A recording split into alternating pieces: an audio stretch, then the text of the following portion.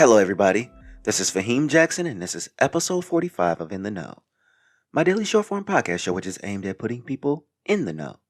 A show where I cover a variety of topics using my experiences and viewpoints in life to put people in the know. What is the know? It's the understanding that seems to be hard for people to grasp, which can make their lives a lot simpler. The following is today's intro speech, and our introduction speech is regarding allowing children to fail. Growing up, my mother put me and my sisters in positions to fail at very young ages. We were about 6 or 7 years old when she placed us in schools where the other students were much smarter. You are now forced to stand and deliver or be left behind. She even encouraged me to play sports. This is all based on winning and losing if you want to move forward with success.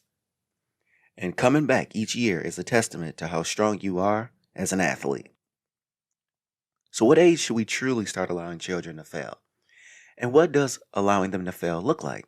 Because as a parent in school, you're also supposed to help avoid failure as well. So it can be a bit of a trick basket. Why not allowing a kid to fail is a bad idea.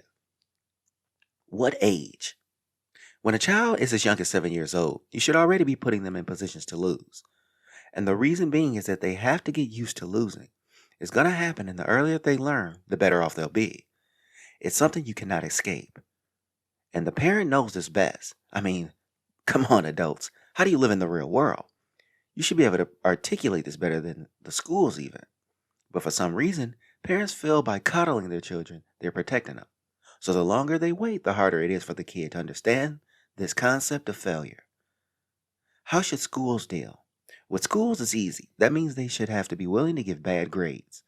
Now that sounds like what schools should be doing anyways, but they have changed policies over the years.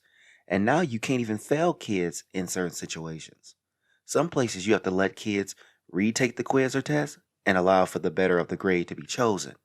And when this type of rationale, no wonder education is losing value. But when you have enough parents encouraging this method, standards will change. This will force you to remove your child from that school because the value of that school becomes cheapened, along with that education as well. Getting back up. When you fall, the word resilience needs to be punched into the minds of young kids because they don't know any better. You show them a grade that the other kids got and they didn't, and they'll feel down on themselves. You have to give them confidence to get back up, and that is the tough job of parenting. But you can't put everything on the shoulders of the schools because when they leave and come back home, they will be around you more than the schools. So the schools are getting the blowback from the way in which you're raised and the community from which you come from. So showing them how to get back up is a lesson plan in itself. Embracing the failure. How do you take it all in and accept the idea that they will fail? How do you make them ready? Well, like I said earlier about myself, putting them in situations where they fail. But also, if you as a parent allow them to see your failures and successes, they'll be comfortable. Yet you have to understand something that may get in the way of that, and that is unsuccessful parents. So many of these people can't put that in kids because they don't have it in them to do well in life. So these children typically have it harder to embrace failure. They either can't take it all or fail and no success has been all too normalized. Getting used to it. Now, once you fail again and again, it makes it easier and easier to keep getting up.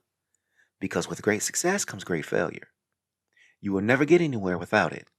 So what you must do is get it punched into your mind. The parents and schools have to punch into the head that this happens. But as long as you keep getting up and getting better each time, you're in a better position than those that don't keep pushing. Trying to avoid it. This is called the trick basket. Now, when you're raising children, the goal is to keep them from failing. But you also want to be in a position to fail to get better. But if you approach the situation from a place of everyone fails, then what? See how this could be confusing to a child? Guess what? They should know. It's your job to do so. We understand what I am saying. As an adult, you know that you strive for success even in the face of failure. But failure doesn't have to be indefinite. Getting up and doing it all over again is what makes you winner from a loser. dealing in life. In life, you have to be willing to fail and fail big in order to succeed big. But for those that take small risks, you get small returns. Now, when you want to make more gambles and increase your odds of winning, it sounds easier than it is if you're raised to fight through it. The older you get, the more you learn, and it makes it worthwhile. The end statement. Why we all have to let kids fail.